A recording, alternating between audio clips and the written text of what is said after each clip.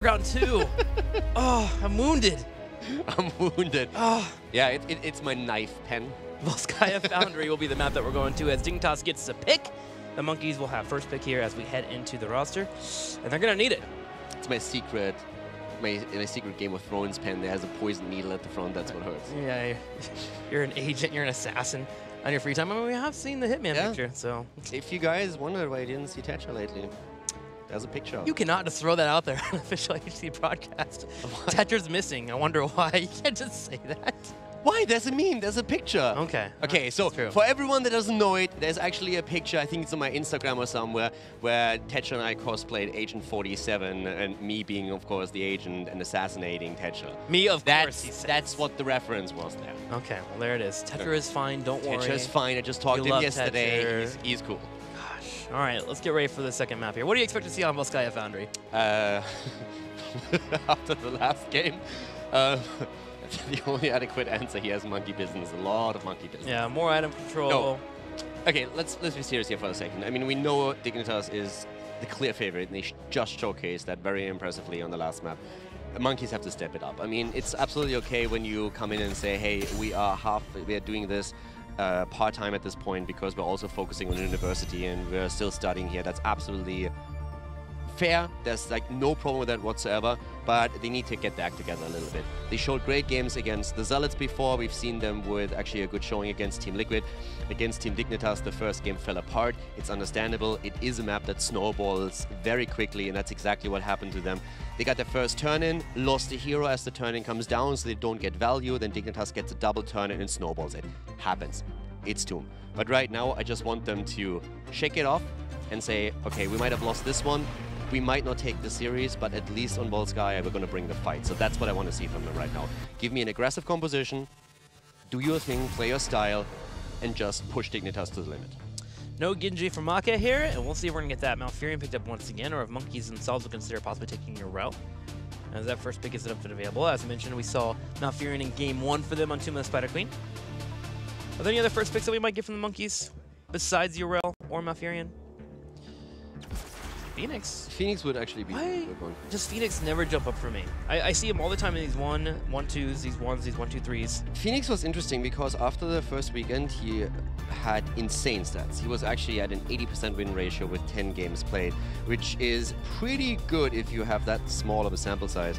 But then on the next day, Phoenix all of a sudden suffered 5 losses in a row and not a single win. And at this point, Phoenix is actually on 10 wins and 12 losses, so he has a negative win rate. So the priority is a bit odd to me for such an early first pick, but it really seems that a lot of the teams are currently valuing the combo with the salvo and having the slows in, and that seems to be a huge part. I like the way that Leftovers played it when they had Diablo with it and they were trying to execute the combo at the beginning of a fight, and because of how long it takes to secure the objective on Volskaya, you usually get a second combo off during the objective. So that's an advantage that you have here. But now that we're seeing the same rotation that we've been talking about in game number 1, Deckard Cain, by the way, over Malfurion. So Malfurion is still up and they still prioritize Deckard, which makes a lot of sense for the map, but they also take Urel again. Now that I see that combo again, I wonder why didn't they prioritize Urel? I thought that Alex would love to go for Urel. I think she caters to the map really nicely. So the Phoenix priority is weird. Phoenix is still strong, even though currently he doesn't look too good in the stats. But on number 1, on your first pick, that throws me off a bit. The strength of what Salvo brings to a team fight is something that cannot be denied. The idea of, okay, we have to respect and understand that there could be a 5-man ult from Phoenix, and that's suddenly 400 or 500 damages on all of our targets, and that's a pretty hefty thing to deal with. So maybe Monkeys are trying to make sure to stay away from that. It was pretty instrumental in a lot of the fights that we have seen the last couple days. Monkeys, however, moving to Malfurion and a Nubrak, and I was wondering if we would get that Diablo here. We've seen him around in the past, but a Nubrak instead showing up.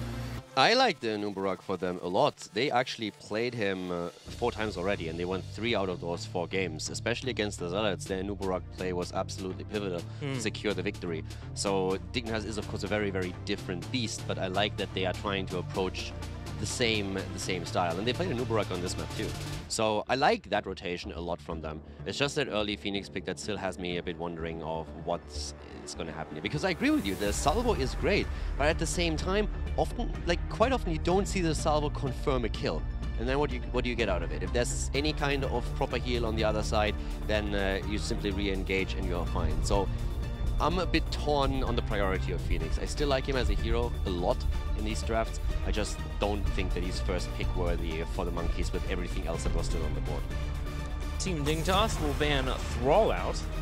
Want to stay away from Poke. I think this is just simply because Phoenix is on such a high priority. Yeah. They're looking at this and they're saying, okay, what are the heroes that give the most amount of slow and the most amount of synergy to Phoenix? First one, or one of them that comes to mind, is Diablo, as we said. But you already have an Uburak taken as the main tag at the front line, so Diablo becomes less likely. You've seen Thrall in the last game already. You know that Alex wants to play it, so you ban him out, and therefore you deny Earthquake. Do you consider banning Chromie here when it's Volskaya Foundry, just like 2 Months Better Queen? This is a map that she shows as well pretty often. I think it's definitely a concern. Yeah. You don't have to ban Chromie. There's enough other heroes that really fit the bill too, and Jaina has another burst mage that we've already seen played, and she worked very well. But Chromie was definitely one of the heroes that was discussed in that second ban, and for Dignitas is still an option here. The Jaina ban actually makes sense. The last 2 times that we've seen Dignitas on this map, they've actually played Jaina with Ringer Frost combos, trying to set that up. Actually, one was Ringer Frost, one was Water Elemental. Okay, well, Monkeys take away Jaina. Let's see, all right, Dignitas, what mage we pull out here? Instead, if you're wanting some poke or even some burst possibility, Li Ming is still an option for Dignitas, and we've seen it from the Poik in the past. Chromie is an option that we've already discussed. Typically, mages on this battleground show up pretty often. Just being able to have that ability to kind of siege away is always nice. Yeah, so what we need for Dignitas also is a frontliner. Garrosh worked well, mostly because we had the 7-sided Karazim and Jaina. If they don't plan of heading into anything along those lines, which I would assume since Deckard is already here, Jaina's taken away, I don't think they have the burst as a follow-up. I would still believe that Muradin would be great for them. And also, it would be what JPL usually plays. If they are worried about... again, that's actually... We've seen that from them. The Vala and Tassadar here. Wait, will they go Vikings? No, not with this. I mean, that would put Urel into the main tank position, and I don't think that's going to happen. I mean, JPL has ran Blaze as a main tank. I mean, it was in the early days. Yeah, and that was like once. Make it twice. I think it'd be cool. Oh, it would be great, but I just don't see them go into a Vikings play with what they currently have. I still think that you need a proper tank for it, and while Urel is a fantastic solo laner, I don't really see her in the main tank position. It would also take any kind of CC away from them outside of ults that are being used or someone stepping into a Deckard scroll.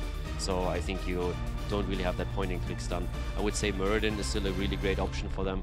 Don't really feel that they are too worried about wave clear here. If that was the case, I would say your Johanna would be the better option. But in this case, if you have the Stormbolt, if you have the escape abilities, a 1v9 potential is there. Zeratul has been taken.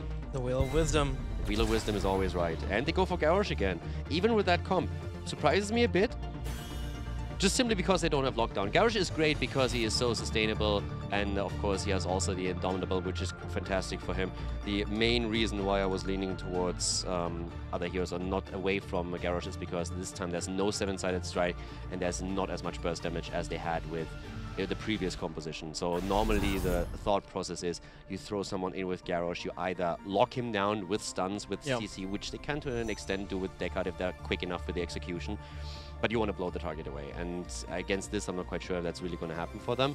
But Garrosh still is strong at that front line, especially if you can also throw the Tassadar shield on him and keep him alive through that. I actually really enjoy Garrosh against Cassia in particular. Her small range and the ability to get being an auto text puts her in the perfect position for you to land a Groundbreaker on her consistently. So finding a pick on Cassia is actually quite easy. So I actually enjoy the Garrosh coming in for that 5th pick, mostly because Cassia was picked. I think a much better composition, or much more aggressive composition now for the Monkeys, but the beatdown that they experienced in game number 1 was pretty impressive by Dignitas. So Dignitas came here, all banter aside. Dignitas said, yeah, we might band around with them, but we are not going to lose the map here. We're going to make sure that this is going to be a 3-0. We need it for the standings. We're not going to take chances. Game 2 is underway as Team Dignitas takes on the Monkeys.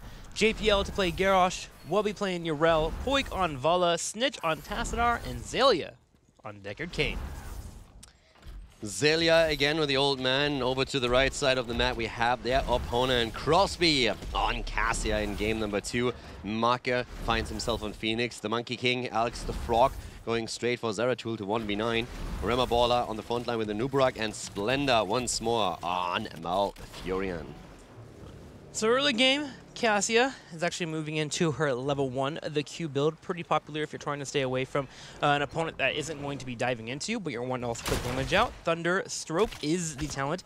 Trying to get 40 heroes hit with your Lightning Fury, which gives you a second charge and also reduces the mana. So around level 13 to level 16, if you can finish that off and you're able to get your Pierce and such, you really start to chunk your opponent and really put them in a spot where they have to force a fight. And usually if you have Cassie and you're backing up, you can make that fight really work in the favor for you. If you've never played the build, the Lightning Fury build with Cassia, then definitely check it out. It's insanely fun to play. So yeah, once you complete the quest and you get the 13-16 synergy, you are just poking and you have an insane amount of damage output even before you engage and go close in. So it's definitely a build that if you haven't played it yet, I can recommend trying it out. It's a lot of fun. That it is. For now, Team Dignitas is clearing out these lanes, working on that Sidestorm talent here for Tassadar on the level 1, also working on the Groundbreaker. Alex and Prodigy joining the fights a little bit so far in today, both with Thrall and Zeratul, as he's helping with the wave clear too with that cleave build. Make playing a little bit more safer here on the side lane.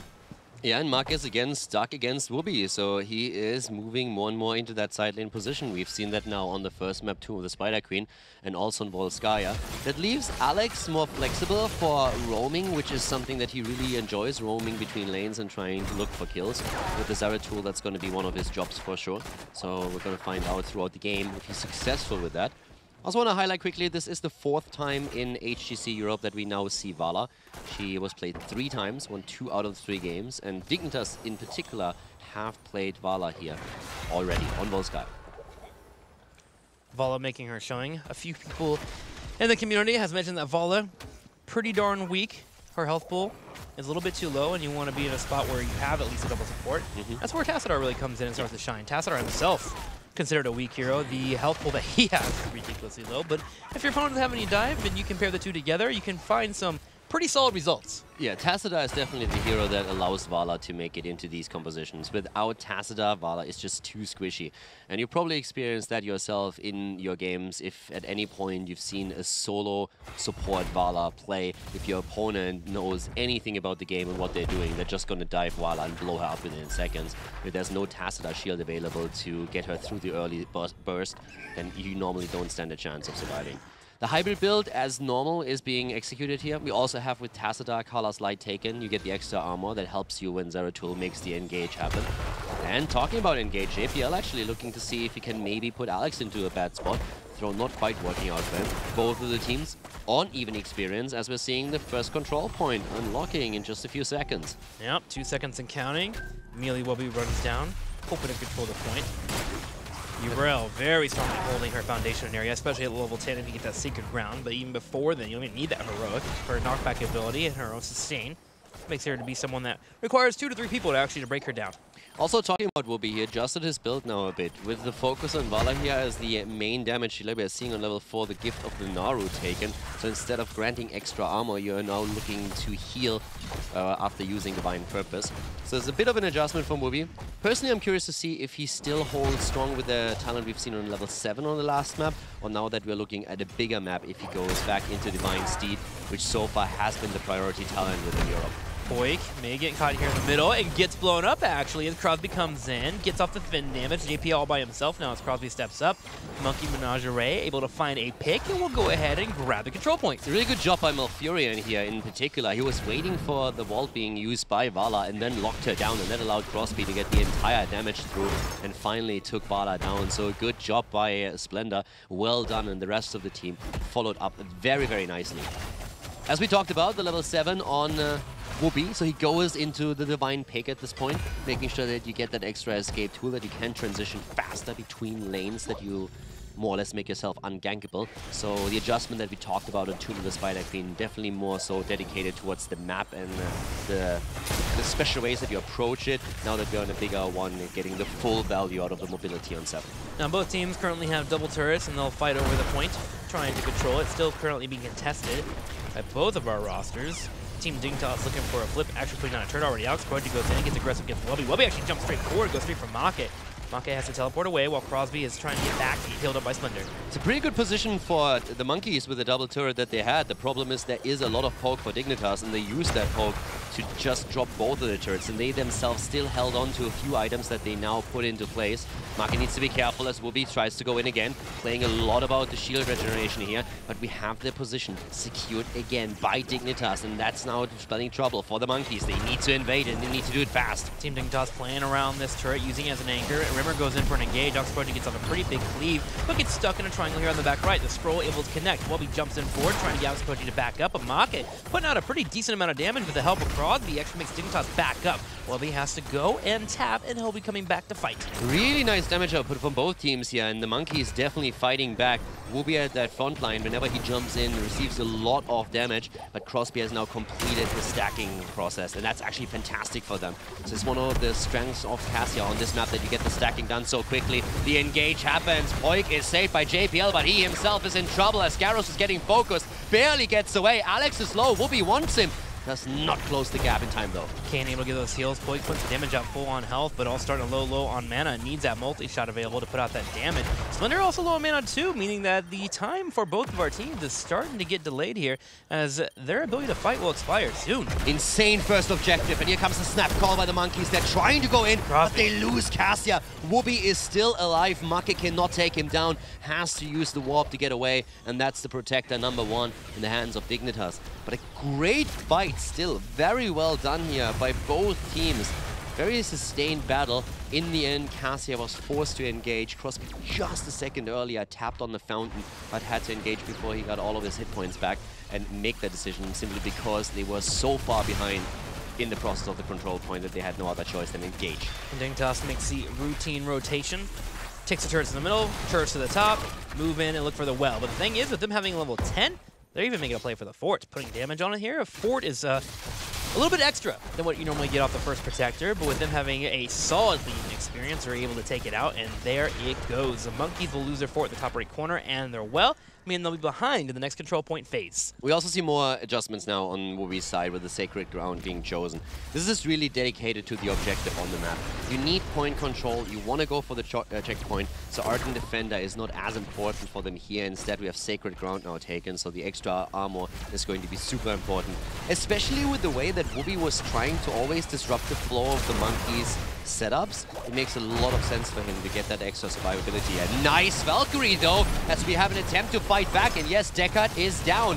Great Cocoon also being used here as they're trying to chase in again. Poik is so low, he gets the shield. Here comes the Tranquility as they're trying to sustain themselves through the fight. Snitch is low, but he might be able to get away from this one. Nice attempt by Cassia to aim for the structure to get the side poke with Lightning Fury, but it's not enough to drop another target. Yeah, we'll be able to bring in that heal thanks to that level 4 talent to make sure that Snitch did not fall, that get to the Naru. But with Deckard Caden falling, Team Dignitas had to back up immediately. Monkeys able to find a lead in the kill. Still pretty impressive that they were able to save not only Vala but also Tassadar, the two of them really doing well with the escape. But the Monkeys have now shown what their comp can do. You have the Void Prison, you have Cocoon, you can really start to isolate heroes very quickly here. And on top of that, Valkyrie can of course always target Vala if you get her, but ideally Deckard Cain, since he's lacking the escape tools that you normally want. So the Monkeys definitely fighting back. Game number 1, we talked about it. A lot of snowball from Team Dignitas, which led to that massive stomp that we saw there.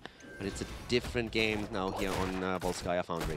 Definitely holding their own, especially in that experience. 12 to a slight quarter here, and 12 just now hitting for the Monkeys, so only a little behind experience. They should be able to have a similar talent level when we move into the second control point. Team at Dignitas will now, of course, be a little bit more careful against that Valkyrie. That Valkyrie catching Xillia is going to be an issue going forward if that continues to happen. We also have that web, too, which can force a fight at any point. That's the best part here about Monkey's competition, as you're mentioning, these heroics just being so powerful, saying, okay, let's fight right now if we can get that engaged. Also, with Tranquility, you can really sustain yourself through a fight. You really want to dive in deep and force the battle. And this is one of the problems that you sometimes have with Tranquility, that you pop it and your opponent simply moves out and you don't get enough value out of it, and then they take the fight afterwards. That's not really an option for Dignitas, because Monkeys can force the battle around Cocoon, around the Valkyrie or the Void Prison. So there should always be enough value for Splendor that he knows exactly when to use Tranquility so that he gets the most value for his team. But they have to confirm these kills then. One of the things that is going to become a bit of an issue is the level 13 talent that we're now seeing on the side of Urel. That has become a bit of a staple in her build. We're now seeing the Aldor Peacekeeper, so it's a lot about the damage reduction that you can push onto your opponent. A little bit similar to what we see with Leoric and the Ominous Wraith. You're really just trying to make sure that those damage dealers don't pack as much of a punch to threaten, first of all, yourself, but also the squishies, and in this case, that's of course Vala. 30% for 3 seconds, but hang on and engage on Cassia. She goes in for the Valkyrie, but Zelia and crew all just jump in. JPL helping with the taunt as well. Wubby continues to hop around as he's going in for Rimmer. He'll have a knockout pretty soon here. If he's able to get on top of Rimmer, they might be able to get the pick, but with Burrow Charge about to be available, Dignitas backs up. Dignitas with a great engage here. Really good kill against Cassia. Comes also at a fantastic time. The objective is active and Dignitas is now rotating over, but they still need a bit of time until they secure the point. And that allows Cassia to come back into it. And we've been talking from the get-go about her build, and especially the level 1, of course, is crucial. Thunderstroke, just getting the increased damage on your Lightning Fury, and also the mana reduction is important. But the Thunder God's Vigor on level 13, that's where a lot of the build comes online, since you get cooldown reduction. You're hoping for the Pierce then on 16 as well, but this is already an important step. Splendor, on the other hand, in a bit of an awkward spot here. Alex comes in and immediately drops the Void Prison. Stay while Listen comes out, and Malfurion still falls. And Wubby doesn't mind. He jumps in, hits on top of 3, can jump again. Can he go in? Why does Wubby continue to jump, Caldor? Because he can. That's right. Having the constant engages here from the GOAT allows for Team Dignitas to deal with that VP, and also Splendor getting caught in that bottom left a little bit too much as the Monkeys lose 2. This is a bit of a theme with Splendor and Malfurion lately. Like, he has some really great moments where he just creates a perfect opportunity for a kill, but we oftentimes see him step a bit too far forward and then getting punished for it. Either by a throw, by displacement, or simply because the opponent collapses on him immediately and focuses him down. He is a new player in the team, so there's definitely a bit of a different rhythm to team fights and the way that they play compared to what he experienced in Team Liquid. So there's some time for him to adjust that, but it's definitely an issue that he needs to target in the long run. Wouldn't mind if he had a Twilight Dream there. Could have turned that around pretty quickly, especially with that VP. But Tranquility, the pick here, so you need to play a little bit more passive, have somewhere for your team to anchor back to and come to you. Granted, the Ice Block is something that makes you feel like you're a little bit invincible. Team Dignitas gets the second control point, and they'll grab the Protector and push top lane. One of the things I really like with the Vala adjustment that we have, we don't see Manticore, which has been a very, very popular talent now as Vala makes her way back. But instead it's Frost Shot. And I really like it because you have more poke available from a safer distance, and you also control the movement of your opponent a lot more when they're trying to make the engage happen. You can walk or vault away, drop a Frost Shot, slow everyone down, and that's a fantastic tool if you're just trying to make sure that you get some free damage and then allow also your team to readjust their positioning during the team fight. And talking about team fights, the Monkeys are desperately attempting to hold on to the key, but that's not going to happen. Eventually it's going to fall. The Monkeys still need their 16, so they really don't want to fight here. They need to be careful, since Dignitas can always try and turn this one around.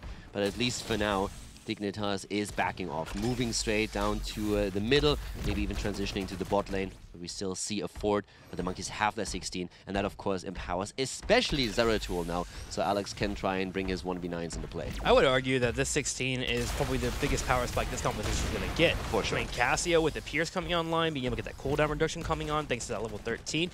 Epicenter coming online for a new Brack if you're able to get multiple targets caught there. Suddenly they're knocked up, and you can have Cassia follow up into a Finn. And then as you mentioned, Zeratul with that cleave damage is going to be pretty darn powerful. Monkey even feeling comfortable. You see them stepping up a little bit. They're trying to find somebody to pick. Void Slash on 16 is just where Zeratul really comes online. It's not only that increased damage that you've been talking about if you hit more than an enemy hero, but that cooldown reduction that comes with it, those extra 3 seconds that you shave off, is absolutely insane. You can, in a big team fight that is clustered around an area, you can just absolutely keep slashing, and with your Void Slash and make sure that you are getting that cleave damage through everyone. And then you follow it up with a salvo and with a bit of Cassia damage, and all of a sudden you're PG.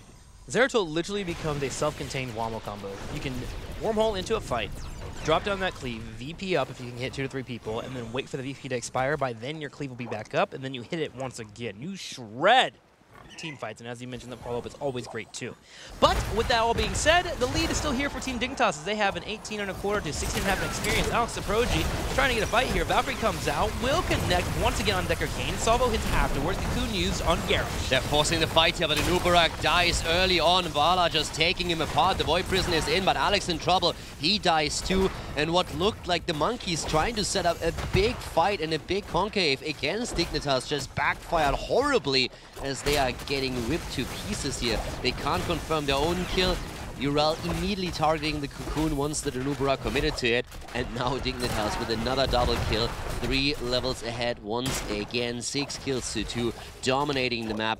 And just push in that bot lane, opening it up to get the value from the next protector that will spawn at the bot lane. There are moments when I just want to grab onto Poik's cheeks and just tell him how amazing he is as a video game. Poik was able to work in so many auto attacks, dodge on the VP, put pressure on Zera to land a perfect Rain of Vengeance, just to make sure that Dignitas didn't fall victim to anyone there. That follow play in that latest team fight was beautiful. Yeah, and here on the other hand, he gets sucked in, and that might be the kill, and they need that, but no, far from it. At that point, Urel comes through with the extra heal, and we're seeing the immediate shield from Tassadar. A triple kill against the Monkeys again, as they are trying to force a fight on even talents. They know Dignitas is about to hit 20. They snap, make the decision to go in, they call it and say, guys, we need to take it now, but they lose 3 heroes, and now Dignitas is once again on the core. Sure, being used, grab a little bit of that aggro from the core, so they're able to put some damage on it. There go the shields, and now the health will begin to drop on the core.